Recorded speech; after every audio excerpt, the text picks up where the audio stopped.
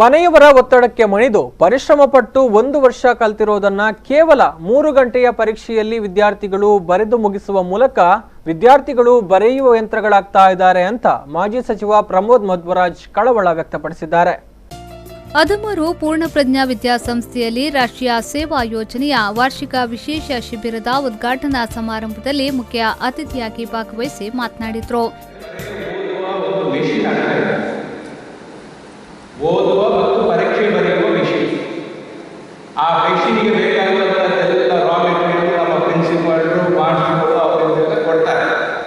ನೀವು ಅದನ್ನು ಮಿಷಿನ್ ಥರ ಅದನ್ನು ಸ್ವೀಕಾರ ಮಾಡಿ ಪರೀಕ್ಷೆಯಲ್ಲಿ ಬರೆಯುವುದರ ಮೂಲಕ ಅದರ ಔಟ್ಪುಟ್ ಅಲ್ವಾ, ಇನ್ಪುಟ್ ಮಾಸ್ಟರ್ ಕೊಡ್ತಾರೆ ಮತ್ತು ನೀವು ಪುಸ್ತಕದಿಂದ ಓದಿ ಔಟ್ಪುಟ್ ಪರೀಕ್ಷೆ 3 ಗಂಟೆ 1 ವರ್ಷದಲ್ಲಿ ಕಲಿತದ್ದು 3 ಗಂಟೆಯಲ್ಲಿ ಇದು ನಿಮ್ಮ ಜೀವನಕ್ಕೆ ಸಾಕಾಗೋದಿಲ್ಲ.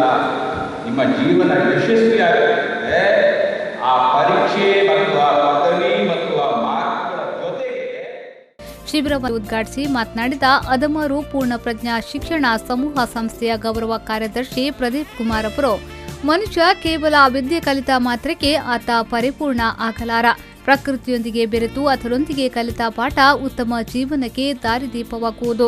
ವಿದ್ಯಾರ್ಥಿಗಳು ಕೇವಲ ರ್ಯಾಂಕಿನ ಹಿಂದೆ ಓಡುವುದನ್ನು ಬಿಟ್ಟು ಇಂತಹ ಸಮಾಜಮುಖಿ ಚಿಂತನೆ ಬೆಳೆಸುವ ರಾಷ್ಟ್ರೀಯ ಯೋಜನೆಯಲ್ಲಿ ಒಂದಷ್ಟು ದಿನ ತೊಡಗಿಸಿಕೊಳ್ಳುವಂತೆ ವಿದ್ಯಾರ್ಥಿಗಳಿಗೆ ಕರೆ ನೀಡಿದರು.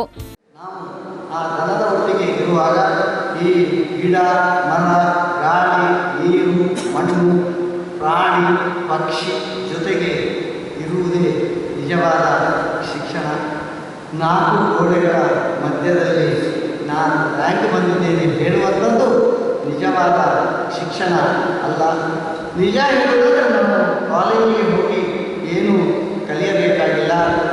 ನಮಗೆ ಲ್ಯಾಂಗ್ವೇಜ್, ಭಾಷೆ ಸಭಾಧ್ಯಕ್ಷತೆಯನ್ನ ಉಡುಪಿ ಪೂರ್ಣಪ್ರಜ್ಞಾ ಕಾಲೇಜಿನ ಪ್ರಾಂಶುಪಾಲ ಡಾಕ್ಟರ್ ರಾಘವೇಂದ್ರ ವಹಿಸಿದ್ರು. ಮುಖ್ಯ ಅತಿಥಿಗಳಾಗಿ ತೆಂಕ ಗ್ರಾಮ ಪಂಚಾಯತ್ ಅಧ್ಯಕ್ಷ ಅರುಣಕುಮಾರಿ, ತಾಲೂಕು ಪಂಚಾಯತ್ ಸದಸ್ಯ ಕೇಶವ್ ಮೊಯ್ಲಿ, ಗ್ರಾಮ ಪಂಚಾಯತ್ ಸದಸ್ಯ ವಿನಯ್ ಶೆಟ್ಟಿ, ಮಾತೃ ಸಂಸ್ಥೆಯ ಪ್ರಾಂಶುಪಾಲ ರಾಮಕೃಷ್ಣ ಪೈ, ಶಿಬಿರದ ಉಸ್ತುವಾರಿಗಳಾದ ವಿಶಾಲ್ ಶೆಟ್ಟಿ, ಚೈತ್ರ ಉಪಸ್ಥಿತರಿದ್ದರು. ಸುರೇಶ್ ಮಾಳ್, ವಿ4 ನ್ಯೂಸ್ 24 ಪಡುಬಿದ್ರೆ.